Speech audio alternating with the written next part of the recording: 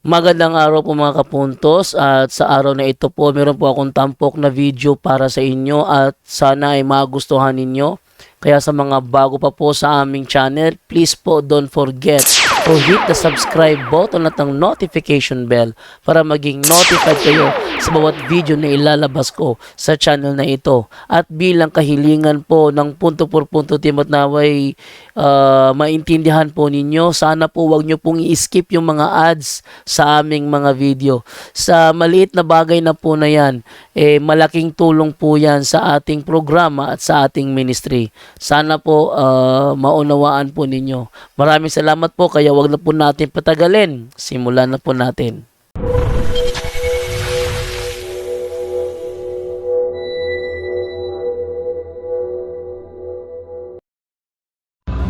So mga kapatid, magandang hapon po at paggabi na. Kumusta na po kayo? At nag-live po tayo. Papunta tayo sa Subo.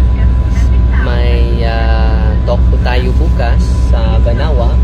At sa sunod na araw ay sa Nailonbugo naman. At merong kapatid natin, hindi ko alam kung pastor pa ito. Hawakan mo na. Hindi ko alam kung pastor pa ito na naghamon sa atin ng diskusyon. Huwag kang mag-alala dahil isaayos natin at schedule natin yung dialogo natin, ang kanyang Common Sense TV based on fact ministry. Dahil gusto ko na harapan talaga yung diskusyon natin, bigyan natin siya ng pagkakataon din na maka-explain sa kanyang side, and then cross-examination. At may rules na dapat susundin at dapat iiral para may order yung ating diskusyon.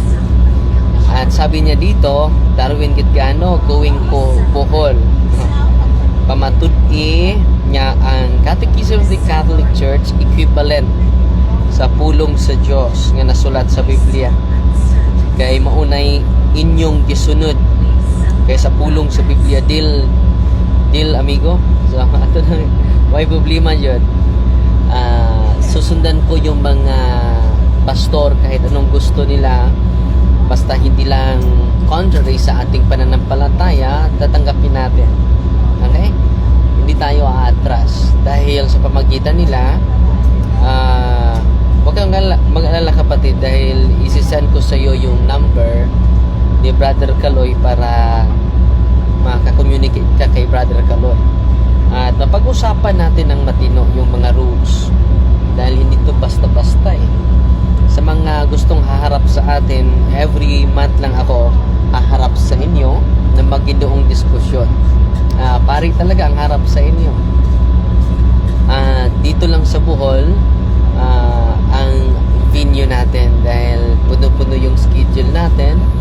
At sabi niya dito, nag-comment naman siya, salamat sa pag-accept, salamat daw sa pagtanggap ko sa kanyang osbunako, imong pamatud-an nga ang CCC equivalent sa pulong sa Diyos nga nasulat sa Biblia, or mulabaw pa.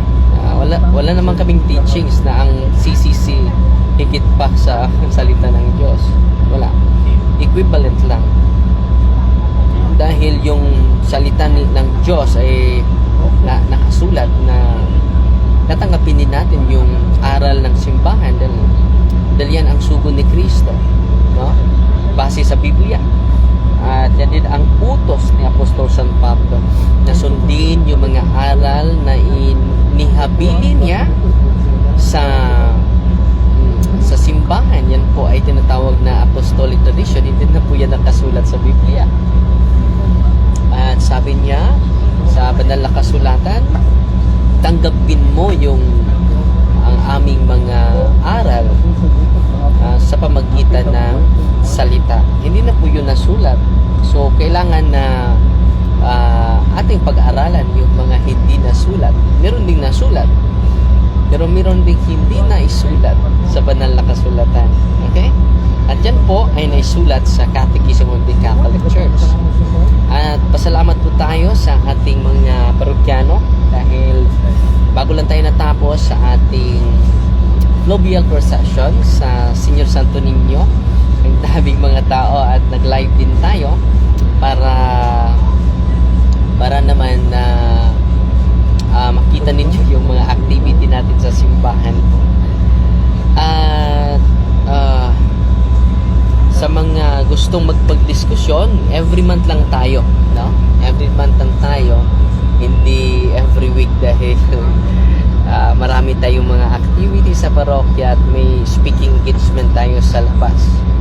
So, hinahati-hati lang natin yung oras natin para hindi naman tayo focus lang sa apologetics, mga kapatid. Meron din tayong ministry of preaching, yan po, ministry of healing, and ministry of exorcism. Kompleto po yan. Yan po ang iniwan ni Kristo na ministeryo sa ating lahat. At kasama ko ngayon si Dudong Emil Imperial. Nandito kami sa Ocean Jet. Papunta tayo sa Subo para sa ating speaking engagement and then regular check-up para maging kondisyon ang ating pangatawan, mga kapatid. At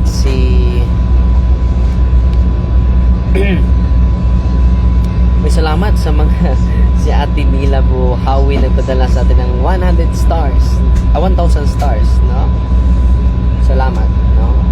Very generous si Ate Mila. Nanguna yan sa top senders natin sa stars. At may isi-share ako sa inyo ngayon, mga kapatid, na nung isang araw, mga Saturday. Ngayon ay Sunday. Hindi Saturday, Friday. Anong araw tayo umuwi? Sa Friday, no? Friday may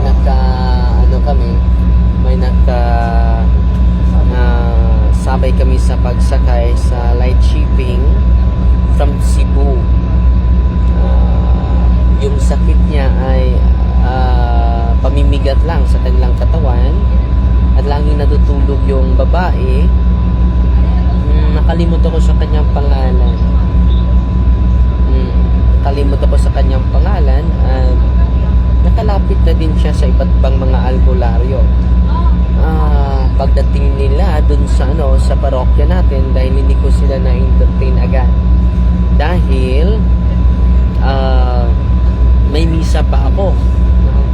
Sinabihan ko sila, mag-examine lang kayo sa inyong konsensya para bago kayo tatanggap sa sakramento, dahil isa sa mga condition ko is confession talaga. Very important yan bago i-share natin yung deliverance prayer sa kanila. So nandyan yung husband niya, nandyan yung nanay at tatay niya sa babae.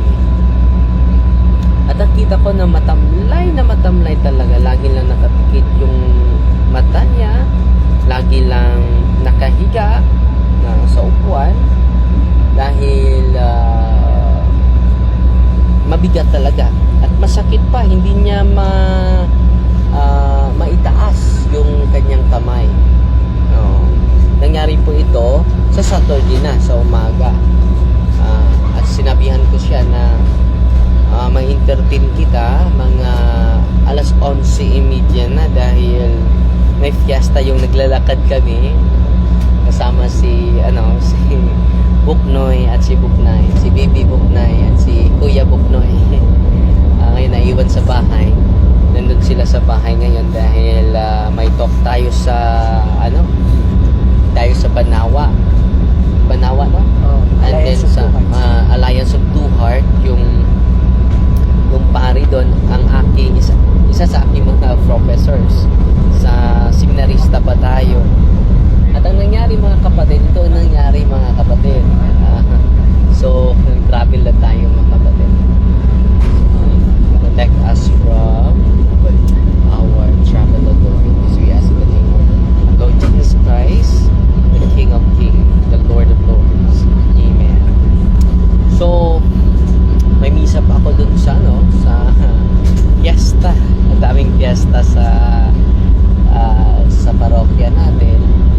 At nagmimisa ako at sinabihan ko sila na sa pagbalik ko, dahil nag-examine pa kayo, sa paglakad ko, itong babaeng ito ay matamlay na matamlay, no? Nakita mo na hindi talaga kondisyon.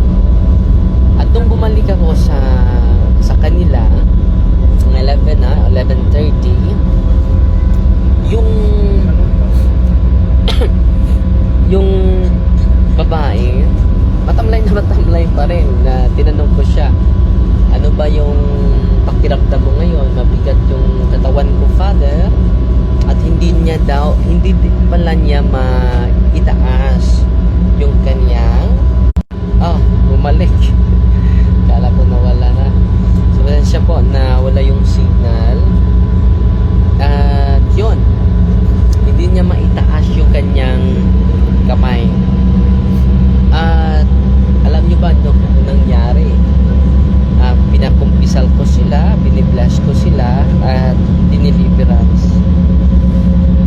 At after deliverance, mga kapatid, before deliverance, hindi niya maitaas yung kanyang kamay. Mabigat yung kanyang katawan. Hindi lang mabigat. Anong Tagalog ng nalipong daw? Nahilo? Nahilo. Nahilo siya sa kapag tatayo. Pero alam nyo ba, after sa sacraments and after the prayer of the church, grabe, completely healed. Nawala yung pagkahilo niya. Nagulat nga yung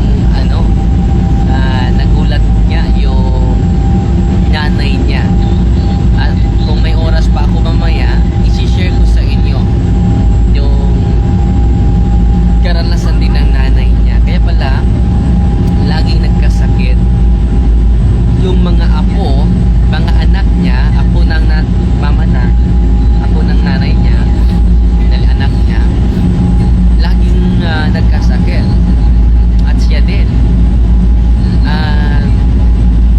nagulat dahil maitaas na niya yung kanyang, nagulat niya yung buong pamilya, no?